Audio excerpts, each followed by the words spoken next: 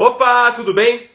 E não é que a última pesquisa do Datafolha saiu e colocou o Bolsonaro em segundo lugar, apenas para corroborar com a tendência mundial de inclinação à direita. E eu acho que esse quadro seria diferente e talvez ele não ficaria em segundo lugar caso o Dória se candidatasse.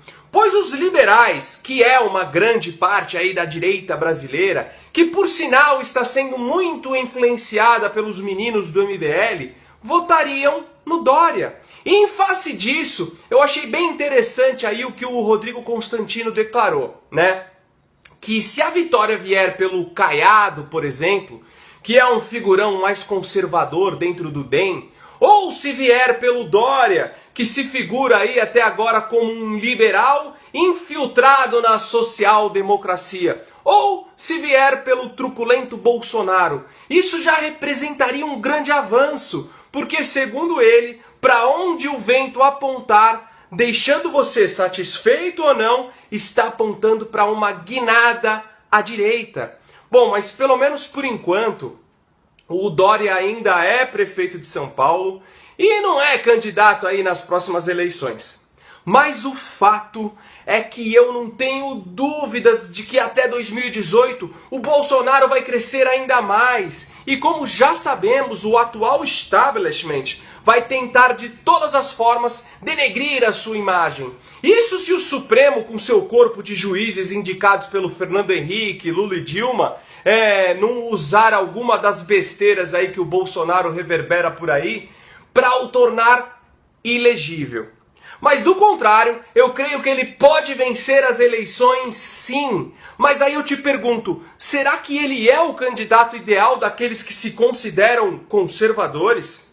Tem um monte de canal conservador aí no YouTube que já declarou o seu apoio ao Bolsonaro. O próprio Olavo de Carvalho está apoiando ele. Bom, mas antes de continuar aqui com esse vídeo, eu já vou logo avisando que se você é daqueles bolsofanáticos que deposita aí todas as suas esperanças em um homem cheio de falhas como eu e você, e que acha que o Bolsonaro não é passível de críticas, aconselho a não ver esse vídeo.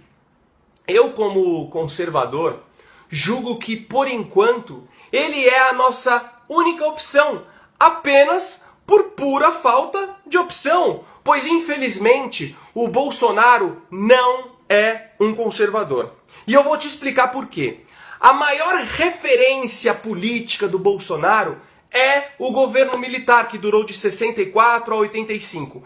E apesar de ter sido necessário para evitar que o inferno de uma ditadura comunista se instalasse aqui, e mesmo tendo sido um período de maior segurança para o cidadão de bem, na minha opinião, o modelo político do regime militar está infinitamente longe de ser o ideal. O regime militar foi o único governo de direita que tivemos, mas passou aí distante do conservadorismo. Estava mais para uma direita nacionalista e positivista, que apesar de defender os mesmos valores morais dos conservadores, economicamente, os nossos generais fomentaram um governo muito parecido com a esquerda, né? Completamente intervencionista, protecionista e estatizante. O Estado ficou gigantesco no período militar. Foram construídas inúmeras estatais. E no conservadorismo, o governo ele deve apoiar o empreendedorismo,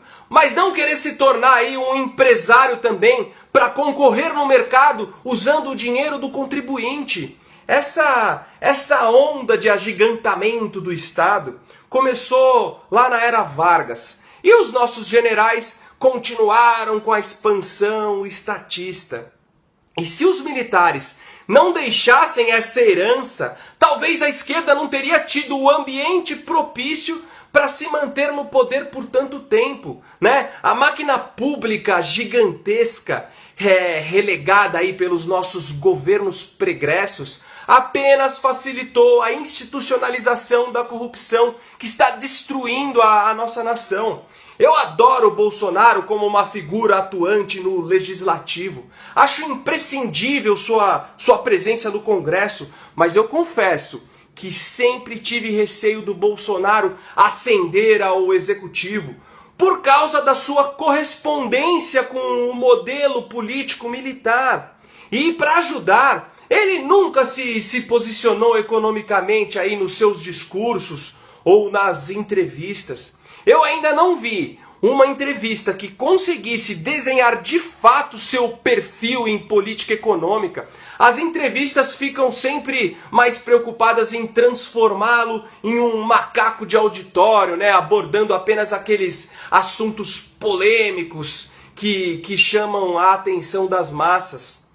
Agora, sério mesmo, sem falsa modéstia, se um dia eu tivesse a oportunidade de entrevistar o Bolsonaro, ia ser a melhor entrevista que ele já deu, mas também a mais impopular. Bom, mas apesar aí dele ser a única representação mais próxima de um conservador, no campo da economia, como eu acabei de falar, ele nunca teve um discurso de fato liberal. E o liberalismo econômico é uma premissa do conservadorismo clássico. Mas enfim, hoje, apesar de tudo isso, né, eu consigo ainda ter uma visão menos crítica do Bolsonaro. Pois acho que quando ele é questionado sobre economia, ele acaba meio que mudando de assunto, simplesmente porque talvez ele não entenda nada de economia. E mesmo em face disso, alguns fatores me animam a votar nele. Analisa comigo. O filho dele, o Eduardo Bolsonaro, segundo consta, né, ele está estudando Mises e escola austríaca em sua pós-graduação. E é impossível que depois disso ele ainda defenda esse modelo econômico anacrônico, né, intervencionista que sempre tivemos no Brasil, inclusive com os militares. Tanto que o Eduardo Bolsonaro votou a favor da lei da terceirização e a favor aí da reforma trabalhista. Isto nos dá uma pista de que ele influenciará seu pai em um possível governo. Creio também que o Bolsonaro terá o amparo e o aconselhamento dos conservadores que o apoiaram, como o Olavo de Carvalho, por exemplo.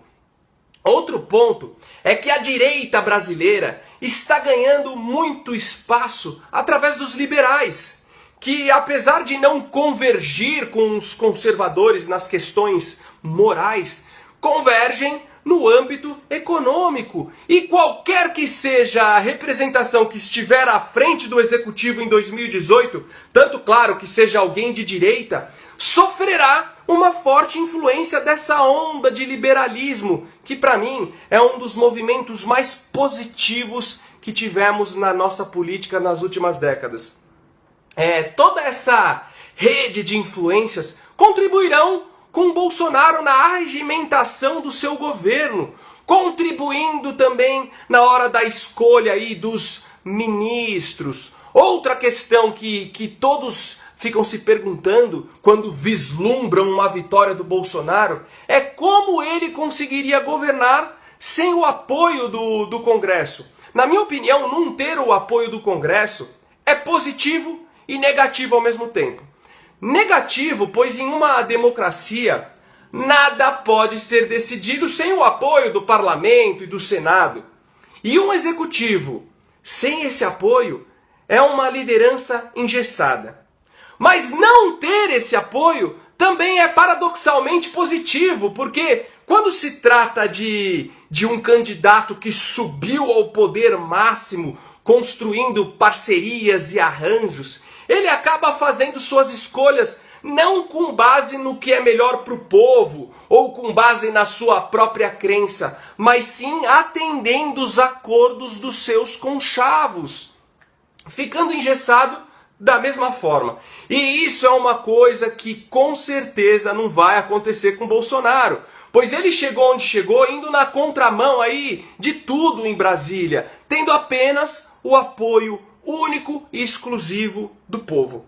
Mas eu tenho esperanças que até as eleições de 2018, a Lava Jato já terá feito aí uma boa faxina, eliminando algumas peças que foram essenciais para colocar o Brasil na lama. E o brasileiro está cada dia se tornando mais consciente e politizado. As mídias alternativas, como o próprio YouTube e as redes sociais, estão contribuindo aí de uma maneira fantástica para isso. E os indicadores mostram que se levantará uma nova leva de políticos mais voltados para a direita. E assim o Bolsonaro poderá contar com um Congresso que conceda condições para que ele estabeleça um governo aos moldes do qual nunca tivemos. E quem sabe até o primeiro governo conservador do Brasil. Bom, assim eu espero, né? Mas uma coisa, cada cidadão que aspira a tirar o Brasil do buraco precisa se conscientizar. Nós sabemos que mais que econômico, o problema do Brasil é no campo moral e cultural. Mas você sabia que os aspectos culturais de um governo fica mais a cargo do legislativo do que do próprio executivo?